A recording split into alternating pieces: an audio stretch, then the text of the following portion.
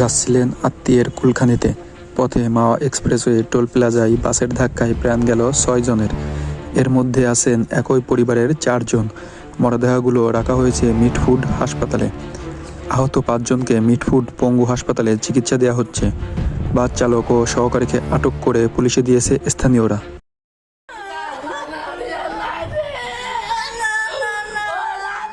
সান্ত্বনা শুধুই মিথ্যে বাণী। সন্তান হারা মায়ের আর্তনাদে ভারী পুরো হাসপাতাল। আজকে সকালে আমার ছেলে আমার লগে কথা কইছে রে, আমার নাতি আমার বউ সবাই কথা গোপালগঞ্জে যাইতে ছিল ওই সময়। ওই আমি ছিলাম আমার বড় ছেলের কাছে। মধ্যবয়সী আমেনা বেগমের এক মেয়ে ও নাতি মারা গেছেন, অপর মেয়েও জীবন মৃত। মিটফোর্ড হাসপাতালের মেঝেতেই মরদেহগুলো খোঁজ নিতে ছুটে আসছেন স্বজনরা। নিথর দেহ দেখে বুক ফাটা আর্তনাদে মূর্ছা যাচ্ছেন কেউ কেউ। স্বজনরা জানান, এক আত্মীয়ের কুলখানিতে যোগ দিতে তারা যাচ্ছিলেন জুরাইন থেকে গোপালগঞ্জ। ওরা নাকি সোনিয়ারকা থেকে আইসা গোপালগঞ্জে যাইতে নিছিল, তখন নাকি বলে বড় গাড়ি পিছন থেকে ধাক্কা দিচ্ছে। আমার 3 মাইয়া ছিল, এক মাইয়া দেখছি আর আমার ওয়াইফ ছিল, নাতি একবার দেখি না।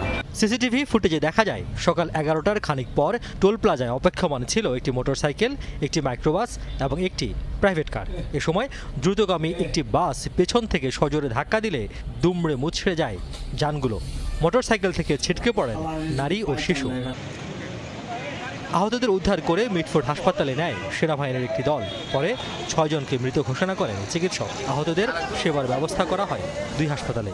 আর্মি গাড়ি দিয়ে আনছে, আমার পরে যে একজন নামাইলাম, অবস্থা একজন অবস্থা খুবই অবস্থা খারাপ, আর 5 জনই চিল্লাচুল্লি মানে স্পট ডেট আর কি।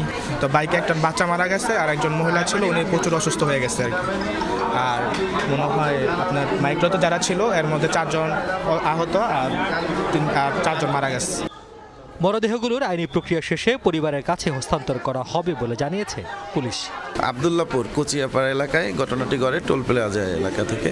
ওইখান থেকে প্রশাসন নিয়ে আসলে আমরা এখানে ডিউটি ছিলাম। আমরা এখানে যারা আহত ছিল তাদের হসপিটালে ভর্তি করছি এবং নিহত যারা তাদের পরবর্তী আইনগত ব্যবস্থা নেওয়া হচ্ছে। দুর্ঘটনার কারণ ও ঘাতক বাসের চালককে ধরার চেষ্টা হচ্ছে বলে জানান পুলিশ কর্মকর্তারা। নতুন নতুন সব আপডেট নিউজ পেতে আমাদের চ্যানেলের সাথেই থাকুন এবং আমাদের চ্যানেলটি এখনই সাবস্ক্রাইব করে আসুন। ধন্যবাদ।